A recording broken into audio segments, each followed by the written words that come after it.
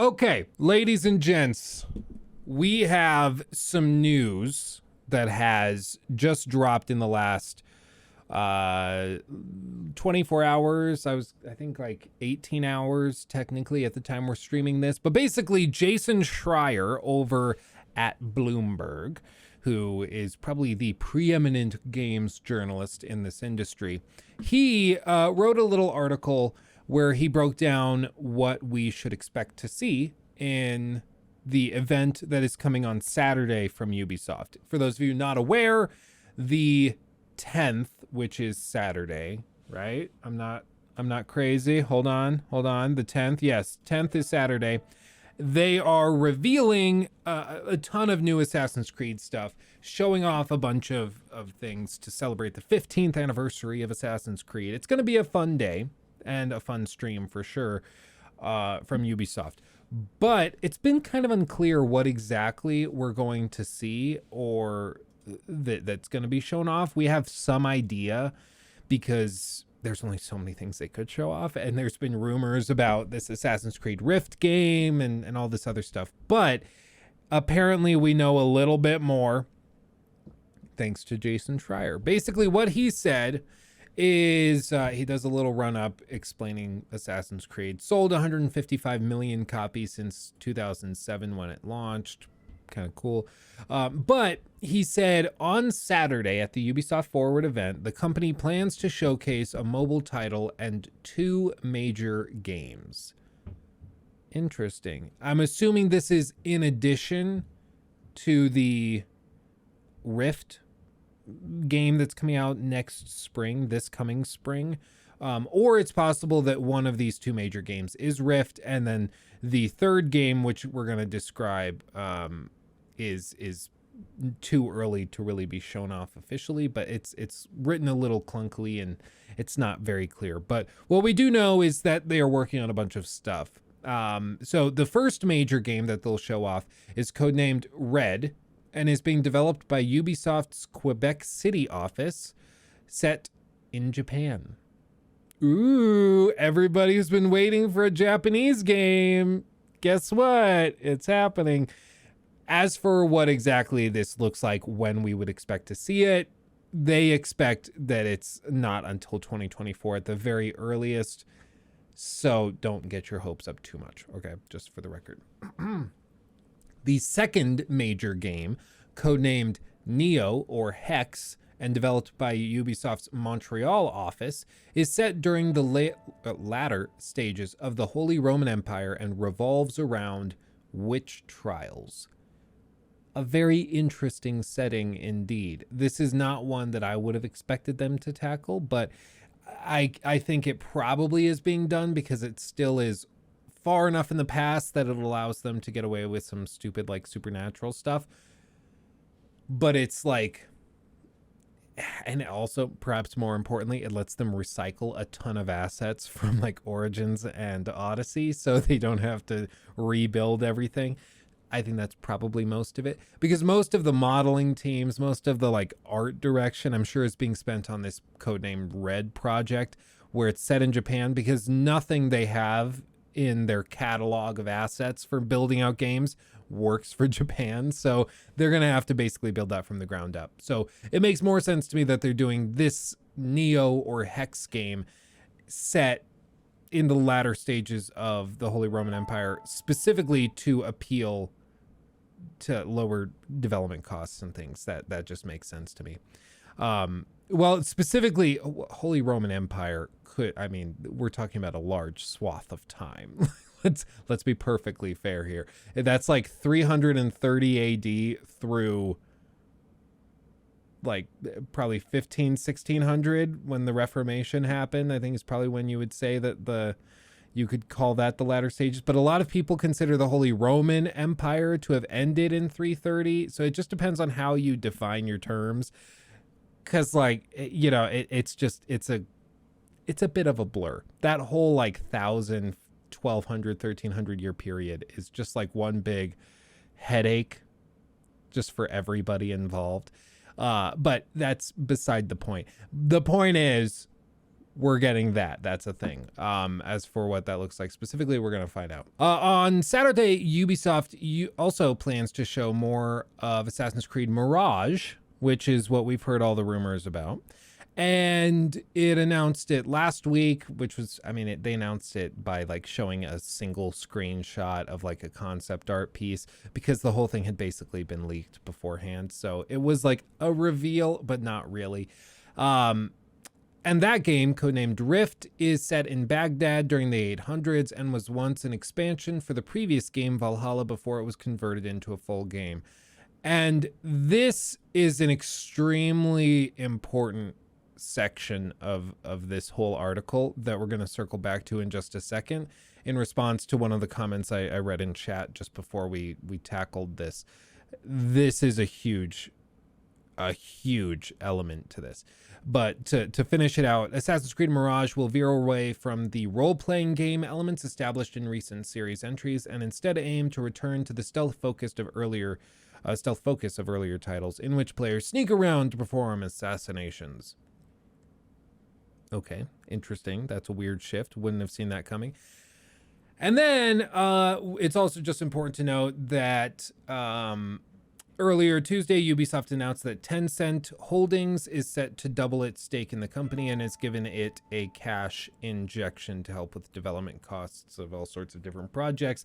And also, reportedly, Tencent's investment is also to give them the ability to develop mobile games to release in China underneath all of these, like, IP. So we'll get like Tom Clancy mobile games and Assassin's Creed mobile games and stuff like that. With that being said, why is this sentence so important?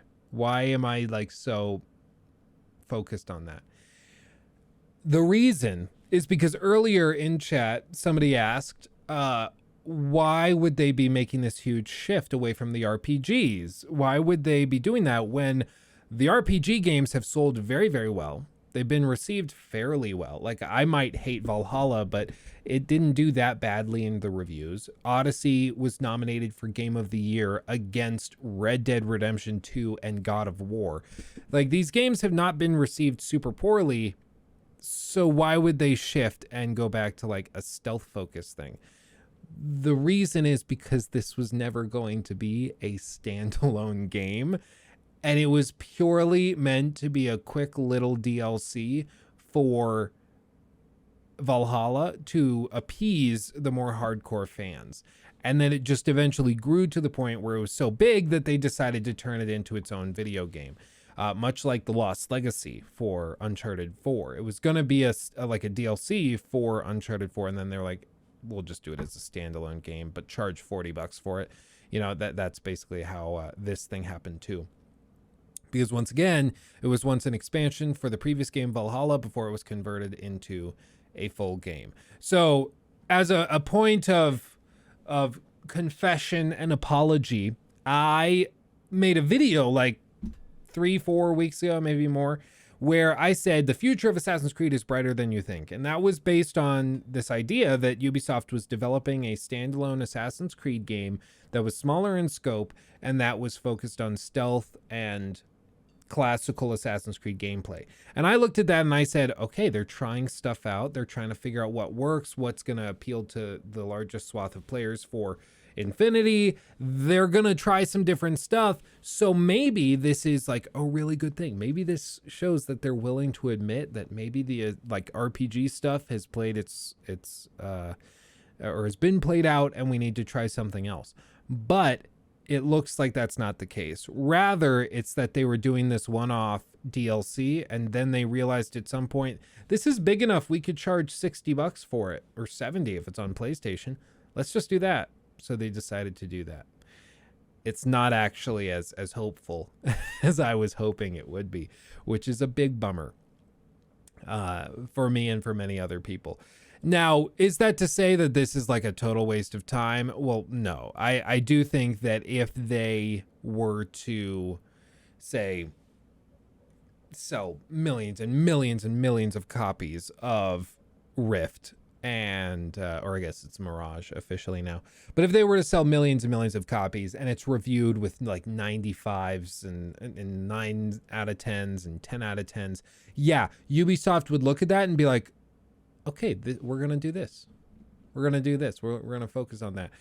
But if it comes in the middle and it's like a 75 out of 100, or if it's like an 8 out of 10, I don't think Ubisoft is going to really reevaluate their broader plans for the future of Assassin's Creed. So we're going to see, but I am not as hopeful as I was before, which is why I also made that video kind of saying that I shouldn't be as optimistic as I have been in the past, because there's just not much reason to do it, especially when we see like leaked skins and armor sets that are directly inspired by Iron Man and stuff like that. It's, you know, this is one of the unfortunate things about Assassin's Creed in 2022 is every time it feels like we've learned something more about what's coming, we end up more depressed and more bummed out.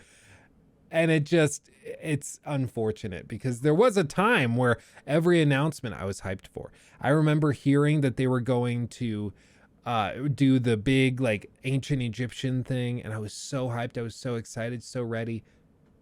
And then as the years have gone by, it's just steadily gotten lamer and lamer and lamer, to the point where now I'm like, guys, just stop. Just why are we doing all of this? This is all bad. So we're going to see what this looks like. I mean, I'm interested in the reveal. For the record, I, as of today, have not heard anything like any rumblings about super surprise announcements or anything. I have not seen any trailers. Some people were saying stuff like, oh, you do, like, you've been at Ubisoft events, so you probably have like already seen the trailers and stuff. Sometimes that's the case, but no. I'm I'm good. So I haven't heard any details. I'm not really sure, but I'm looking forward to the event on Saturday. We're going to see what they show off, and we're going to go from there. I don't know what it'll exactly look like. I'll be, for the record, not that anybody really cares, I'll be out of town because I'm going on like a mini weekend getaway, and I'll be back Monday morning for the stream. So you shouldn't probably notice me gone too much, but I'm probably going to try to film the video while I'm on vacation, like in the house we're staying at. So anyway, I want to hear what you think of Assassin's Creed Mirage and all of this. What do you think this is looking like? Do you think this is going to be worth tackling? Are you optimistic? Are you excited to hear that there's a Japanese themed game coming down the pike? I don't know. I'm kind of numb to it at this point, so I'm just like, you know, that's my general vibe when it comes to Ubisoft these days. Just nah.